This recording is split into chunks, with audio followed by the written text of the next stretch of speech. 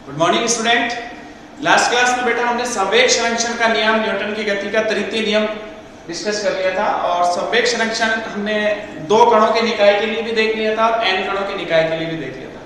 हम उससे संबंधित कुछ न्यूमेरिकल डिस्कस करने वाले थे, तो पहले हम आज दो न्यूमेरिकल डिस्कस करते हैं उसके, और उसके बाद में फिर हम अगला टॉपिक नया एक बल पढ़ेंगे, घर्षण बल। ठीक है, तो मैं पहले एक छोटा सा न्यूमेरिकल आपको सॉल्व करवाता हूँ, बहुत इजी सा क्वेश्चन। एक पिंड है जिसपे दो बल लंबवत कार्यरत है। एक पिंड है जिसका द्रव्यमान 5 किलोग्राम है और उस 5 किलोग्राम द्रव्यमान पर दो बल 6 न्यूटन व 8 न्यूटन लंबवत कार्यरत है। ऐसे लंबवत मतलब बीच का कोण 90 डिग्री। जैसे मान लो कि F1 6 न्यूटन इस दिशा में कार्यरत है और F2 बल जो है वो 8 न्यूटन इस दिशा में कार्यरत है। 5 किलोग्राम का एक पिंड है जिस पर दो बल कार्यरत है, 6 न्यूटन व 8 न्यूटन। और आपसे क्वेश्चन ये पूछा गया है कि बताओ ये जो पिंड है उसमें परिणामी बल व इसका त्वरण कितना होगा। पिंड पर परिणामी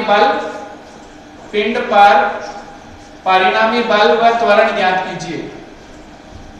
परिणामी बल व त्वरण ज्ञात कीजिए, इसका त्वरण ज्ञात करना है। पिंड पर परिणामी बल व त्वरण ज्ञात कीजिए। देखो, सबसे पहले हमें परिणामी बल निकालना होगा, उसके बाद हम त्वरण की बात करेंगे न्यूटन की गति के दूसरे नियम से।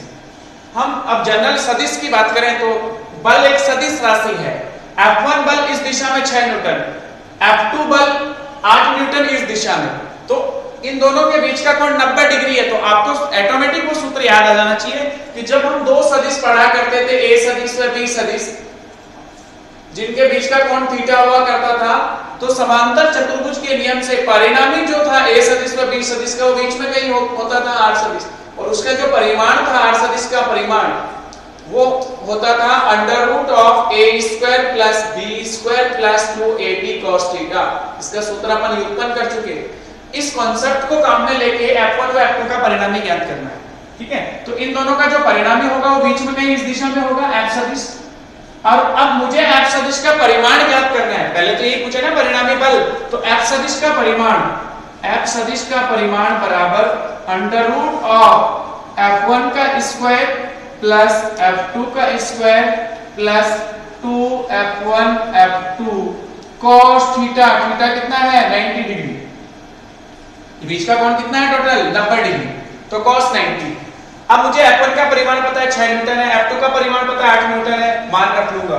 तो F सदिश का परिमाण बराबर अंडर रूट ऑफ F1 का स्क्वायर मतलब 6 का स्क्वायर प्लस 8 का square plus 2F1 F2 cos 90। cos 90 0 होता है तो ये वाला मान शून्य हो गया आपका। 6 का स्क्वायर 36 हो गया बेटा, 8 का स्क्वायर 64 हो गया, 36 प्लस 64 100 का वर्गमूल 10 न्यूटन। परिणामी बल आया बेटा 10 न्यूटन। अब अगर परिणामी बल 10 न्यूटन है तो त्वरण ज्ञात करना है। आपका F का परिणामी या F जो है वो 10 न्यूटन आ गया। अब आपको त्वरण ज्ञात करना है, तो त्वरण के लिए देखो सूत्र बेटा कौन सा काम में लेंगे, F बराबर ma। न्यूटन की गति के दूसरे नियम से A बराबर F बटा m। F का मान आपके पास 10 और m का मान कितना है 5 kg। आंसर आ गया 2 मीटर प्रति सेकंड स्क्वायर। तो जो परिणामी त्वरण है या त्वरण की बात करें वस्तु पे, वो आ गया 2 मीटर प्रति सेकंड स्क्वायर। एक जनरल क्वेश्चन डिस्कस करना था हमें। एक्चुअल में ये कॉन्सेप्ट वापस से हमने रिवाइज कर लिया कि अगर किसी पिंड पे दो लंबवत बल कार्यरत है, परिणामी बल त्वरण पूछे तो हम ऐसे सॉल्व कर लेते हैं, बहुत इजी। ठीक है ना, तो ये लॉजिक हमें पता होना चाहिए, उसके बाद ये बहुत आसान होता है। अब हम बात करें संवेग संरक्षण वाले क्वेश्चन की। जो लास्ट क्लास में हमने पढ़ा था ना संवेग संरक्षण, उससे एक क्वेश्चन हम डिस्कस कर रहे हैं। क्वेश्चन ये है कि एक बम जो है जब ब्लास्ट करता है तो वो 3 टुकड़ों में विभाजित हो गया। एक बम ब्लास्ट हुआ और वो 3 टुकड़ों में विभाजित हुआ, जिसके 2 टुकड़े तो एक दूसरे के लंबवत गतिशील हैं और तीसरा टुकड़ा किसी भी दिशा में गति कर रहा है। और जो 2 टुकड़े हैं उनके द्रव्यमान 1 kg व 2 kg हैं, और 1 kg वाला जो टुकड़ा है वो 12 मीटर प्रति सेकंड के वेग से गतिशील है, और 2 kg वाला जो टुकड़ा है वो मान लो 8 मीटर प्रति सेकंड के वेग से गतिशील है। ठीक है, तो तीसरे टुकड़ा जो है उसका वेग दिया हुआ है 40 मीटर प्रति सेकंड और उसका त्वरण उसका द्रव्यमान पूछा है। तो आपके पास क्वेश्चन देखो जनरल संवेग संरक्षण का, मैं पहले लिख देता हूं क्वेश्चन। एक बम 3 टुकड़ों में विभाजित होता है। ब्लास्ट होने के बाद तीन टुकड़ों में विभाजित हो जाता है। ब्लास्ट होने पर विभाजित हो जाता है। दो टुकड़े जिनके द्रव्यमान दो टुकड़े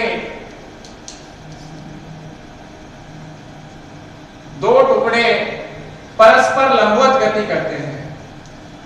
परस्पर लंबवत गति करते हैं, जिनमें 1 किलोग्राम द्रव्यमान का टुकड़ा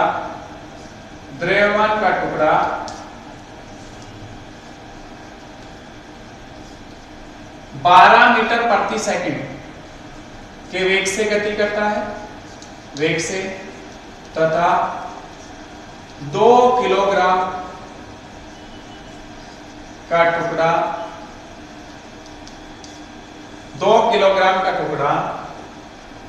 8 मीटर प्रति सेकंड वेग से गति करता है। एक टुकड़ा जो है 1 किलोग्राम द्रव्यमान का वो 12 मीटर प्रति सेकंड से, और 2 किलोग्राम वाला 8 मीटर प्रति सेकंड से, और ये दोनों आपस में लंबवत गति करते हैं। तीसरे टुकड़े का द्रव्यमान ज्ञात कीजिए। यदि वह 40 मीटर प्रति सेकंड के वेग से गतिशील हो। ठीक है ना, वो इन दोनों के अलग दिशा में गतिशील है। ये क्वेश्चन है, ठीक है। इसको हम संवेग संरक्षण से करेंगे। जब पहले आपका बम विराम अवस्था में था, जब ब्लास्ट नहीं हुआ था, तो प्रारंभिक संवेग शून्य था। अब वो ब्लास्ट होने के बाद 3 टुकड़ों में विभाजित हो गया। ब्लास्ट होने के बाद कितने टुकड़ों में विभाजित हुआ? ये बम था पहले जब विराम अवस्था में था, प्रारंभिक संवेग शून्य था।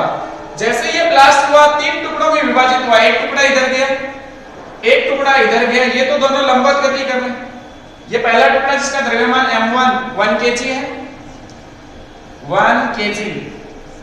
ये दूसरा टुकड़ा जिसका द्रव्यमान m2 2 kg है, इसका वेग दिया हुआ है v2 8 मीटर प्रति सेकंड, और इसका वेग दिया हुआ v1 12 मीटर प्रति सेकंड। तीसरा टुकड़ा किसी और दिशा में चला गया, मान लो इस दिशा में चला गया, जिसका द्रव्यमान m3 है और इसका वेग v3 40 मीटर प्रति सेकंड है। v3 का मान है 40 मीटर प्रति सेकंड। वो मान लो इस दिशा में चला गया, तो ब्लास्ट हुआ, 3 टुकड़ों में विभाजित हुआ, 2 परस्पर लंबवत गतिशील है, तीसरा टुकड़ा इस दिशा में जा रहा है। उसका वेग दिया हुआ है हमसे और उसका द्रव्यमान पूछा है। संवेग संरक्षण के नियम से हम जानते हैं, संवेग संरक्षण के नियम से हम जानते हैं कि प्रारंभिक कुल संवेग बराबर अंतिम कुल संवेग। प्रारंभिक कुल संवेग बराबर अंतिम कुल संवेग। तो Pi बराबर P0, ठीक है ना, इनपुट और आउटपुट समझ लो, या Pi बराबर P0। प्रारंभिक कुल संवेग शून्य, बिकॉज स्थिर था, बम आपका स्थिर था।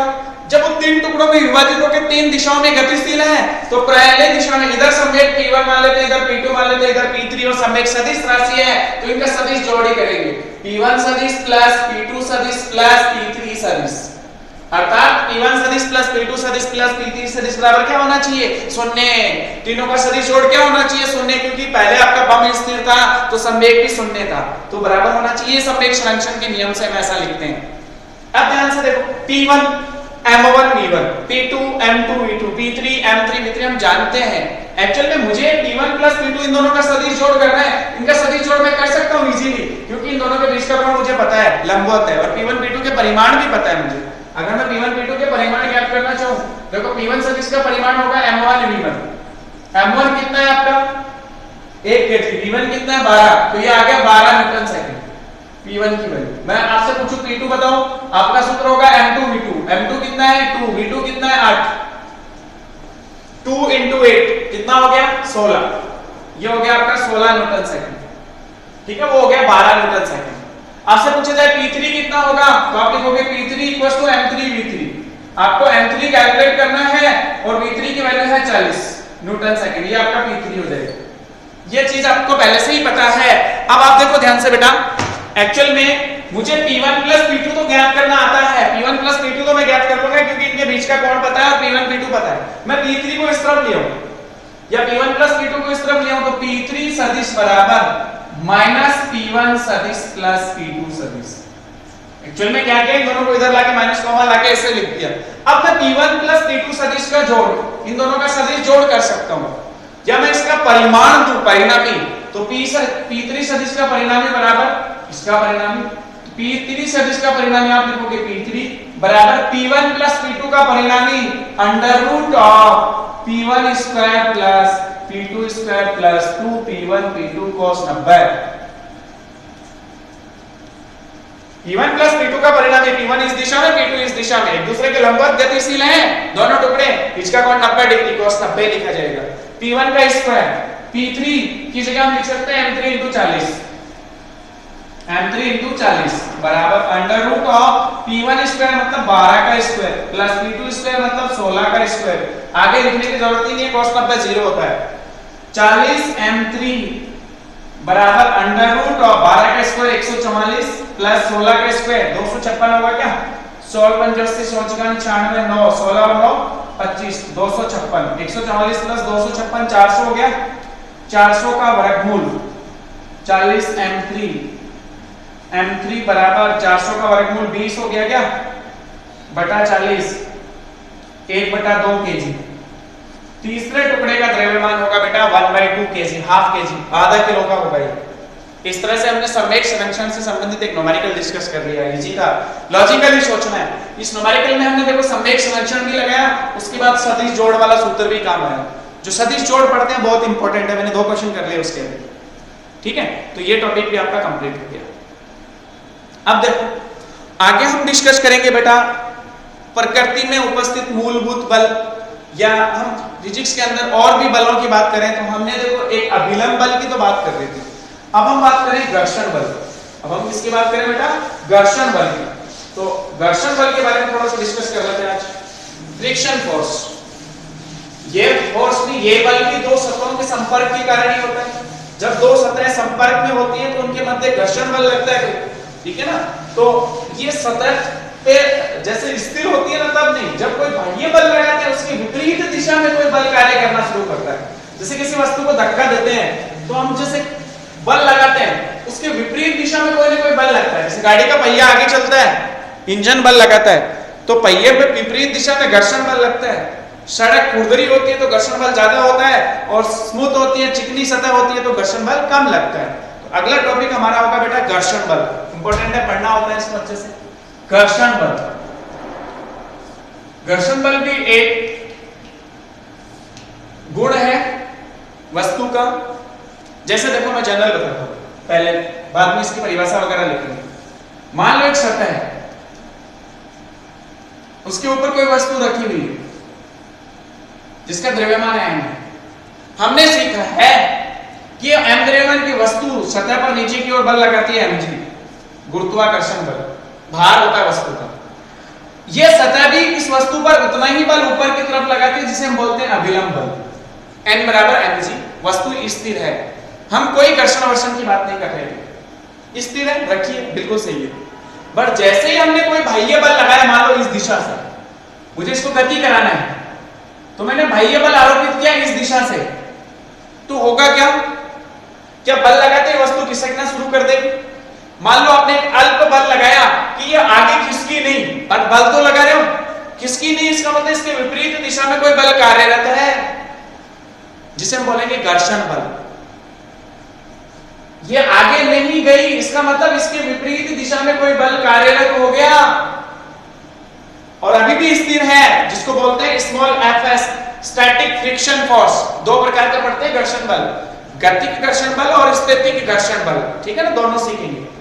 तो हमने इस वस्तु पे बल तो लगाया, पर वस्तु गति नहीं कर रही है, इसका मतलब इसके विपरीत दिशा में कोई बल कार्यरत है, स्थैतिक घर्षण बल Fs, जिसकी वजह से वस्तु स्थिर है, गति नहीं कर पा रही आगे की तरफ, ठीक है ना।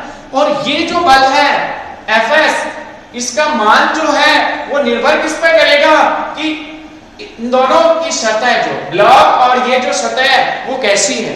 अगर सतह स्मूथ है, चिकनी सतह है, तो इसका मान कम होगा, और खुरदरी सतह तो ज्यादा होता है, ठीक है ना, जिसे हम इस सतहों के घर्षण गुणांक से भी परिभाषित करेंगे आगे जाके। तो घर्षण की बात करें, एक तरह का बल ही होता है घर्षण, जो वस्तुओं के संपर्क में आने से लगता है, और जब हम उस पर कोई बाह्य बल लगाते हैं तो विपरीत दिशा में एक बल कार्यरत होता है। जब किसी वस्तु पर बाह्य बल लगाया जाता है, जब किसी वस्तु पर बाह्य बल लगाया जाता है,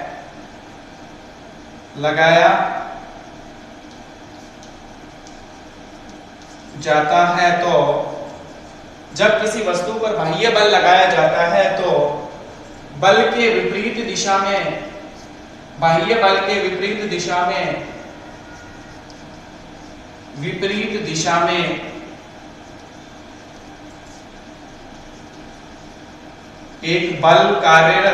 एक अन्य बल कार्यरत होने लगता है, जिसे घर्षण बल कहते हैं।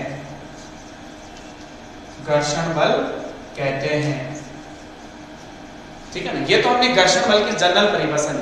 वस्तु गति नहीं करती, ये दो प्रकार का होता है। पहला है स्थैतिक घर्षण बल, स्टैटिक फ्रिक्शन फोर्स, इसको Fs से निर्देशित करते हैं।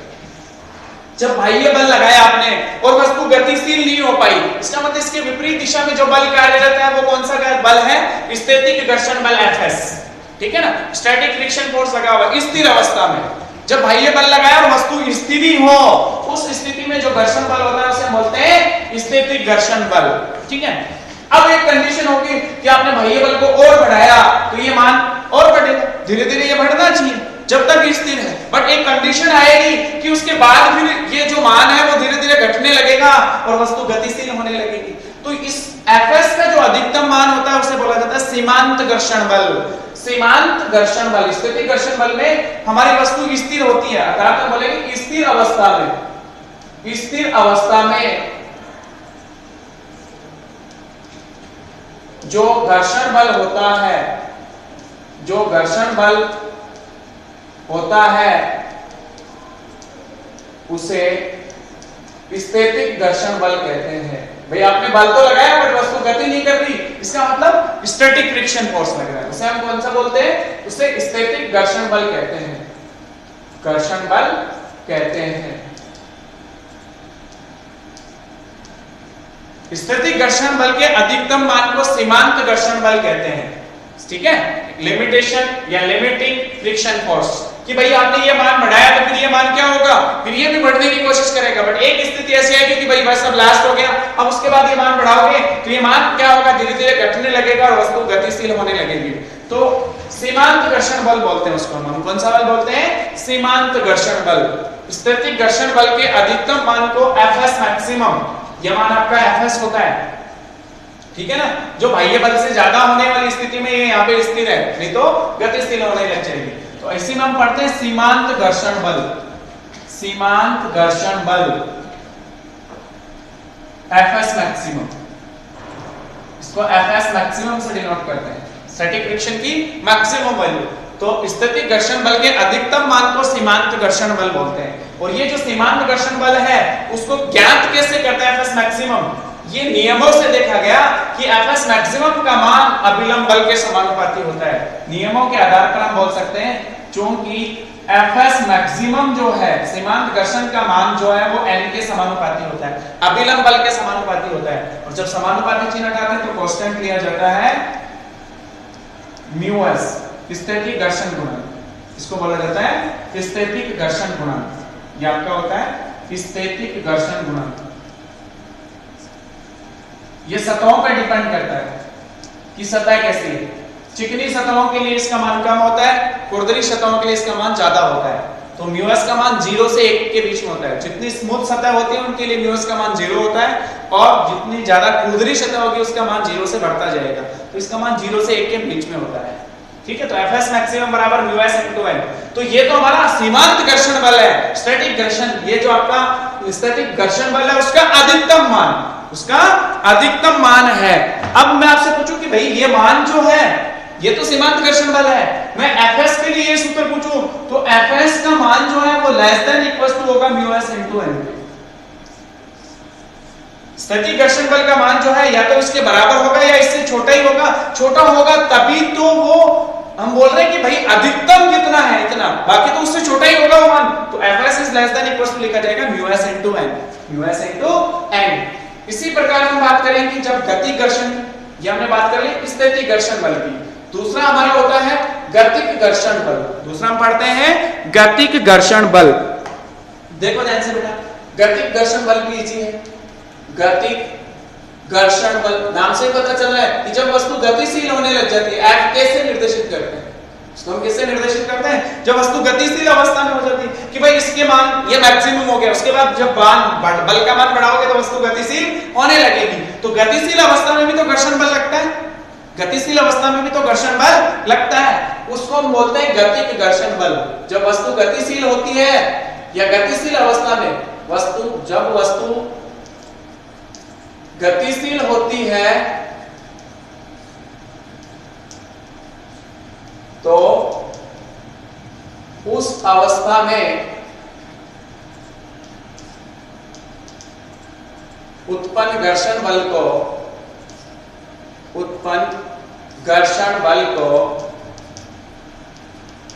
गतिक घर्षण बल कहते हैं, गतिक घर्षण बल कहते हैं। वस्तु गतिशील हो जाती है, उसको हम Fk से निर्देशित करते हैं। Fk भी जो है वो डायरेक्टली प्रोपोर्शनल होता है n के, तो Fk गतिक घर्षण बल बराबर μk इनटू n। यहाँ पे जो म्यूके है वो भी आपका गतिक घर्षण गुणांक, इस म्यूके को बोला जाता है गतिक घर्षण गुणांक। गतिशील अवस्था में गतिक घर्षण गुणांक,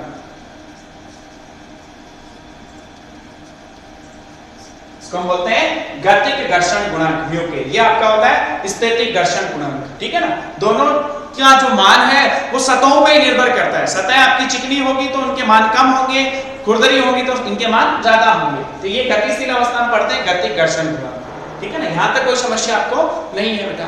ठीक है, अब हम नेक्स्ट क्लास की बात करें या फिर एक छोटा सा टॉपिक और डिस्कस कर लें। इसमें अपन घर्षण कोण और विराम कोण, पहले हम घर्षण कोण की बात कर लेते हैं। ठीक है ना, घर्षण कोण तो आज ही डिस्कस कर लेते हैं, इजी सा टॉपिक है। फिर नेक्स्ट क्लास में अपन न्यूमेरिकल डिस्कस कर लेंगे। घर्षण कोण,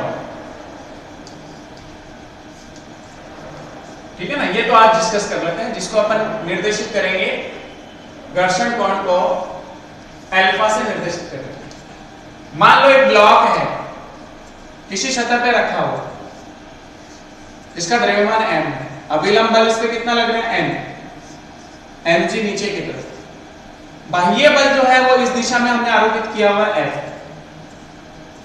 बाह्य बल F इस दिशा में आरोपित किया हुआ है, अभिलंब बल ऊपर की तरफ mg नीचे की तरफ। इन दोनों का परिणामी मैं आपसे पूछूं कि वस्तु इस दिशा में गतिशील है, या एक काम करो, जब आपने वस्तु पर बल इस दिशा में लगाया है तो गतिक घर्षण जो है, यह वस्तु इस दिशा में गति के, या मैं बोलूं स्थितिक घर्षण बल वो इस दिशा में लगेगा। स्थितिक घर्षण बल जो है वो इस दिशा में, आपने बाह्य बल जो लगा रखा है वो इस दिशा में है, वस्तु पे बाह्य बल F इस दिशा में, तो गतिक घर्षण बल जो है वो F के इस दिशा में, विपरीत दिशा में। अब मैं इन दोनों का परिणामी पूछूं, सॉरी गतिक नहीं स्टैटिक मान लो, Fs स्टैटिक फ्रिक्शन, Fs मान लो, n ऊपर की तरफ Fs इस तरफ, इन दोनों का परिणामी इस दिशा में होगा इस मूल्य अल्फा कोण पे, और इस अल्फा को बोला जाता है घर्षण कोण। इस अल्फा को क्या बोला जाता है, घर्षण कोण। इसका मान अपन ज्ञात कर सकते हैं tan अल्फा से। tan अल्फा बराबर, देखो यहां से लंब डालो, आप नीचे भी डालो, इस दिशा में जो बल है वो F के, तो लंब तो हो गया आपका F के, और आधार आपका हो गया n ऊपर की तरफ। सॉरी F के क्यों लिख रहे हैं इसको, Fs लिख लो। तो tan अल्फा बराबर fs अपॉन n, या चूंकि fs बराबर μs इंटू n, इसलिए tan अल्फा बराबर μs into n upon n। n से n कैंसिल हो गया, tan अल्फा की वैल्यू आ गई बेटा μs, अर्थात अल्फा बराबर tan इनवर्स μs। इसे हम बोलते हैं घर्षण कोण। अभिलंब बल व स्थितिक घर्षण बल के परिणामी बल के बीच बनने वाले कोण को घर्षण कोण कहते हैं। इन दोनों का परिणामी भी ज्ञात किया जा सकता है। स्मॉल f का मान ज्ञात करना होगा तो स्मॉल f बराबर under root of fs square plus n square plus twice fs n cos 90 इन दोनों एक दूसरे के लंबवत है तो बीच का कोण 90 डिग्री है, तो ये मान तो 0 हो जाएगा। fs स्क्वायर मतलब μs n स्क्वायर, μs का square n square plus n square का under root, n square root से बाहर लोगे तो n बन के बाहर आएगा, under root μs square plus 1। ये इन दोनों का परिणामी आ गया f इस दिशा में। ठीक है, तो घर्षण कोण भी हमने डिस्कस कर लिया। अब नेक्स्ट क्लास में अपन बात करेंगे विराम कोण की, इससे संबंधित न्यूमेरिकल और तनाव बल। Thank you.